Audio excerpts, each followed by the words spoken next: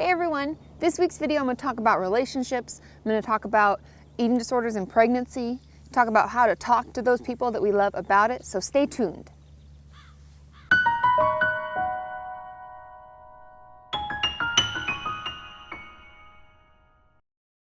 So I've been noticing that I've been getting quite a few questions around the topic of relationships. Now, many of us are in relationships, or we may have had a past relationship where they kind of had trouble dealing with our self-harm or eating disorder or depression or anything, and we just kind of want to know, I know that a lot of you have asked, how do we talk about it? And I think, to be honest, the first thing I want you to consider is how serious is the relationship? And by that, I don't mean how much do you care about them, has nothing to do with that. I mean, how serious is it? Because I always caution my clients to be careful about who they tell, because once you've said it, we've put ourselves in a vulnerable position. And the last thing I want anything to happen, or last thing I want to happen to you, is for you to get hurt when you've worked really hard at putting yourself out there. So that's the first thing I want you to consider. How serious is it? And how understanding is the person? If you have one of those tumultuous relationships where it's like, I hate you, I love you, I hate you, I love you, this is not the relationship to try to talk about this, because that will just be fuel for the fire when you get in a fight again. And we've all had those relationships, right? So let's just be a little cognizant of what our relationship is like.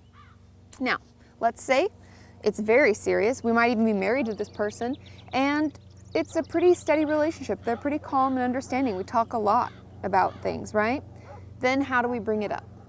Now, I find that prepping my clients, the first thing I guess that I tell them to do is to journal about it. And I know you're like, Katie, you say journal one more time, I'm gonna punch you in the face. But journaling really helps us prepare and practice what we're gonna say so we can get those jitters out. Because you know, sometimes when you know you're gonna say something to somebody, you're like, whew, makes me so nervous, right? So when we journal about it and we kind of suss out what we're gonna say and how they'll respond, we can kind of already know what's gonna happen. So that little jitters, we can kind of shake it off, right? There's a lot of bird action around here. Apparently this is the time for the birds to get happening. But anyway, so we're gonna journal about it. Then we're gonna kind of practice to ourselves, start talking yourself through it. And I want you to start the conversation with them by talking about how you're feeling. I always tell my clients, start with, let's say his name is Bob. Hey Bob, as you know, I've been having a really hard time lately. I've been feeling kind of down. I haven't been wanting to go out as much or whatever's going on. And I've been finding sometimes when I'm really down that scratching myself kind of helps me feel better. Or if that's not your issue, sometimes I find I'll eat a lot if I need to cope with that because I'm feeling so down. Or I won't eat at all. You can kind of interject with whatever it is, okay? And let's just start there, because we don't need to dump everything on them, because sometimes people then don't know what to do and they kind of freak out, or they might even kind of get defensive, like, well, is it something I did? Blah, blah, blah, right? We don't want to take it to that level. So I would start there. So we're going to journal about it, and then we're going to kind of tell them how we've been feeling and what we've been doing to cope with that, okay? So that's kind of how to start talking about it. And I'll touch on this subject more, but that's just kind of to get things started, okay? Now, the second question that I've been getting a lot is about pregnancy.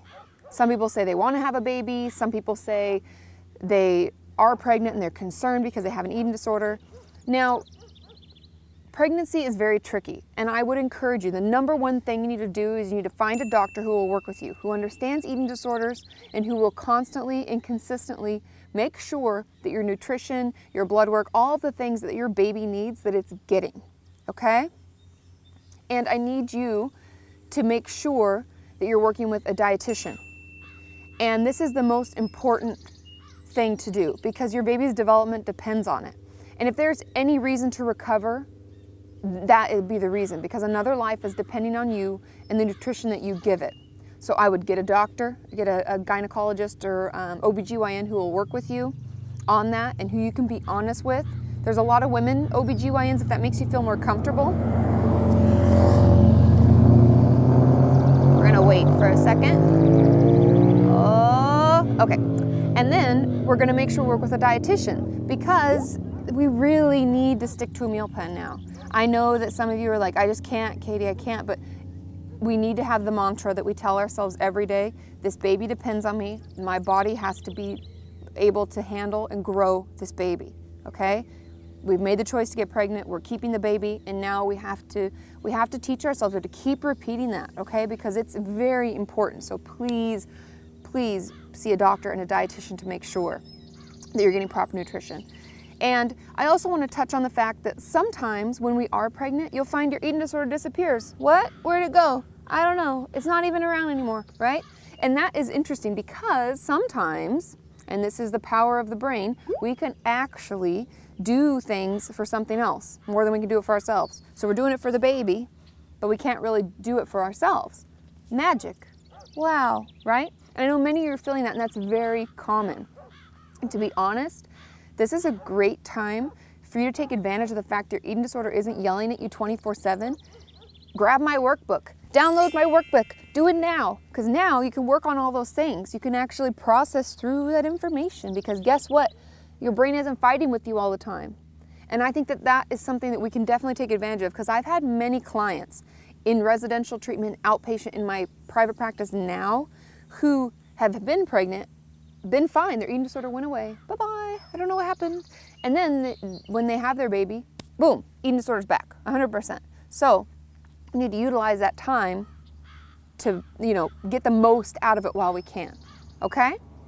So, in wrapping this up, we are going to talk to our people that we love and that we care about. And the way to do that is not to dump a ton of information, right? We're going to journal. We're going to tell them how we're feeling and why it's kind of helping us cope. And if we're pregnant and we're worried, we're going to see a doctor, we're going to see a dietitian, and we're going to have the mantra, I'm doing it for my baby, right? And we're going to take that time to really work on it so that we can be a healthy and happy mom, okay? So if you like this, give it a thumbs up.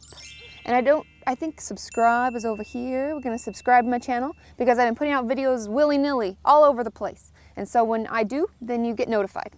And keep checking back because we are working together and we're going to get stronger towards a healthy mind and a healthy body.